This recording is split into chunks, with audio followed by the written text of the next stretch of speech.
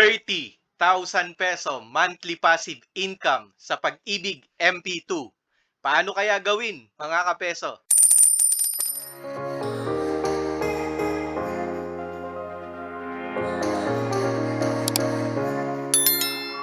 Ito ang dividend rate na idineclare ng Pag-ibig sa kanilang MP2 sa nakaraang 5 taon. Noong 2020, nakapag-declare sila ng 6.12%. Noong 2022 naman, nakapag-declare sila ng 7.03%. At noong 2024, nakapag-declare naman sila ng 7.10%. Gagamitin natin ang dividend rate na ito para makuha natin ang average rate nila sa loob ng 5 taon. Ang average rate na ito ang gagamitin natin sa ating computation ng Pag-ibig MP2 savings. Kung mas mataas sa 6.66% ang ide-declare nila, katulad noong 2022 hanggang 2024, aba, mas favorable para sa atin kasi mas malaki ang kikitain natin na dividend rate. Pero kung mas mababa sa 6.66%, mas mababa din ang kikitain natin sa ating Pag-ibig MP2 savings. Lagay muna natin dito, mga kapeso, ang 30,000 peso na gusto natin na makamit na passive income. Ang gagamitin natin na dividend rate ay na-compute natin na 6.66% na average dividend rate sa loob ng 5 taon. Kung January 2026 tayo magsisimula, ibig sabihin, ang entitled months natin dyan ay 12 months. Kung February naman, 11 months na lamang ang natitira. Ibig sabihin yan, February hanggang December, kapag kinumpute natin, 11 months na lamang ang natitira. Pababa yan ng pababa hanggang maging 1 month na lamang pagdating ng December. Paano naman natin i-compute ang dividend income natin? Kung maghuhulog tayo ng 30,000 pesos times 6.66% times 12 months, i-divide natin yan ngayon sa 12 months in a year. Ang dividend income natin ngayon ay 1,998 pesos. Kaya ang total money na makukuha natin ay 30,000 pesos plus 1,998 ay magiging 31,998. Kung mapapansin nyo, mga kapeso, pababa ng pababa ang nakukuha natin na dividend. Dahil yan sa pakaunti ng pakaunti na lamang ang months na natitira bago mag-December. Ang tawag natin dyan ay pro rata dividend income. Pagkatapos, i-add up natin lahat ng dividend income natin at ito-total natin yan. At sa susunod na taon, mga kapeso, yung buong kinita natin plus yung principal na inihulog natin, yan ngayon ang magiging basis ng dividend income natin sa susunod na taon. Diyan na ngayon papasok ang tinatawag natin na compounding dividend income.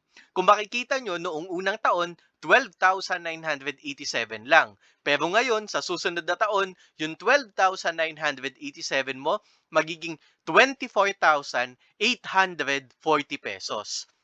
Tuloy-tuloy tayong maghuhulog ng 30,000 pesos sa 2027, 2028, 2029 at 2030.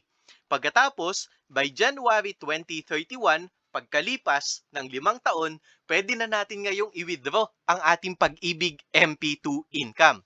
Ang total na nahulog natin, mga kapeso, 1.8 million pesos.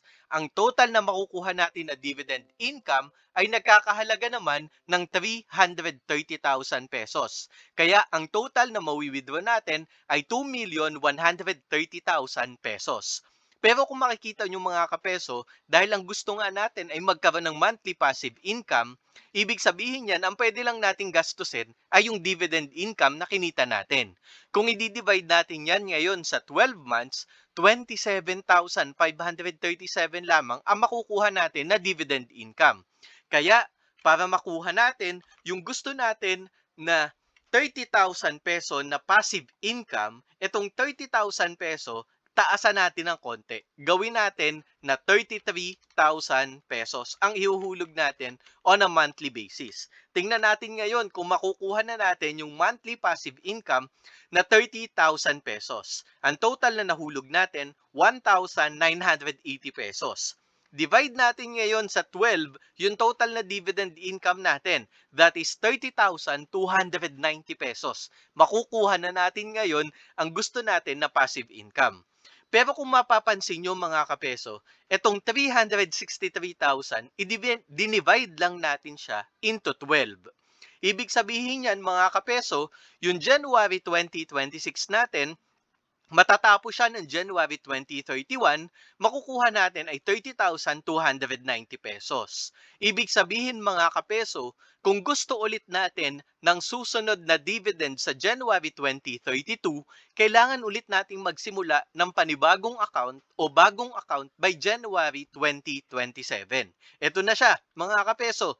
Ibig sabihin, sa January 2032, kailangan mo ulit na maghulog January 2028, January 2029, at January 2030 para sunod-sunod ang pasok sa atin ng passive income.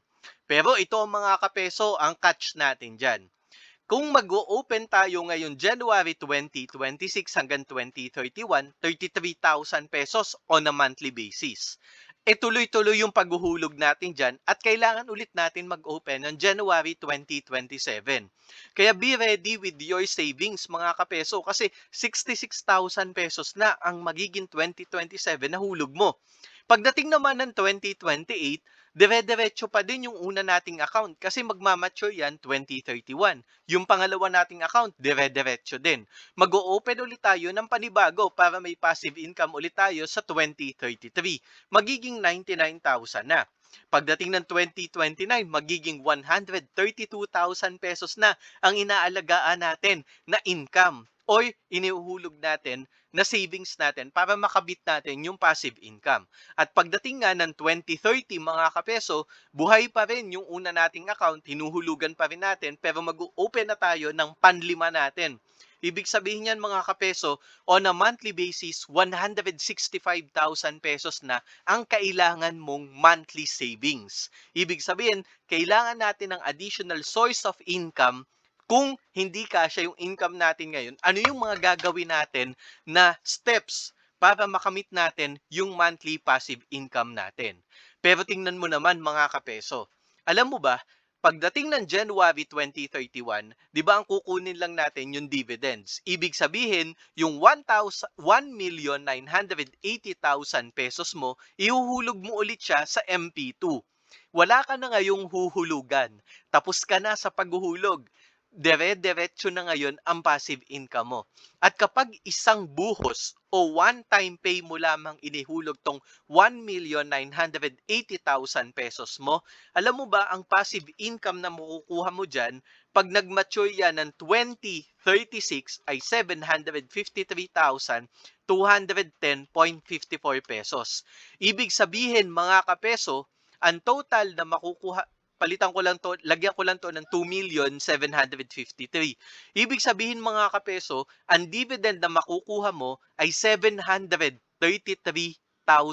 pesos. Palitan natin to mga kapeso ng 2,733,210.54 para ang makuha natin na dividend ay 753,210. Ibig sabihin mga kapeso, kung dati ang nakukuha mo 30,290 on a monthly basis, simula January 2036, ang makukuha mo na ngayon, buwan-buwan yan ha, 62,767 pesos. Pero tingnan mo mga kapeso, dire-diretso na yan. Kasi 'di ba, yung 2032 mo, kapag nag-mature yan, ihuhulog mo ulit yung 1,980,000. Kasi ang gagastosin mo lang yung dividends. Ganun ulit ang kikitain mo, 62,000 pesos ulit. Ganun ulit 2030 at dire-diretso na yan mga kapeso. May panlaban ka na agad sa inflation, 'di ba? Sabi natin, magkano na lang yung value ng 30,290.